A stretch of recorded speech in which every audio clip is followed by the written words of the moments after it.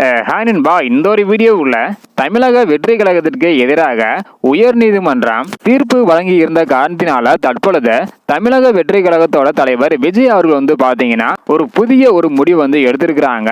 இந்த ஒரு முடிவு ஆளுங்கட்சிக்கு மிகவும் ஆபத்தை ஏற்படுத்த போகுது அப்படின்றதுல எந்த ஒரு டவுட்டுமே கிடையாது. ஸோ ஒரு தரமான முடிவை விஜய் சார் பாத்தீங்கன்னா எடுத்திருக்கிறாங்க. குறிப்பாக சொல்லணும் அப்படின்னா எதுவாக இருந்தாலும் சட்ட ரீதியாக நம்ம வெல்வோம் அப்படின்னு விஜய் சார் முடிவு பண்ணி வச்சிருக்கிறாங்க. என்ன நடந்தது அப்படின்றத டீட்டெயிலா பார்த்துடலாம். அதாவது கரூர் துயர சம்பவத்தில் விஜய் மீது நடவடிக்கை எடுக்க உயர்நீதிமன்றம் உத்தரவிட்டிருந்தாங்க. இதனால பிரச்சார வாகனத்தை பறிமுதல் செய்யவும் விஜய் சார் மீது வழக்கு பதிவு செய்யவும் கூறியிருந்தாங்க.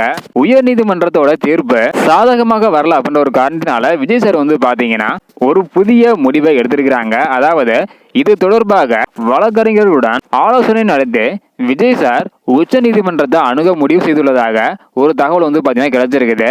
அது மட்டும் இல்லாம காவல்துறை செய்த தவறுகளை ஆதாரங்களுடன் தெரிவிக்க உள்ளதாகவும் கூறப்படுகிறது.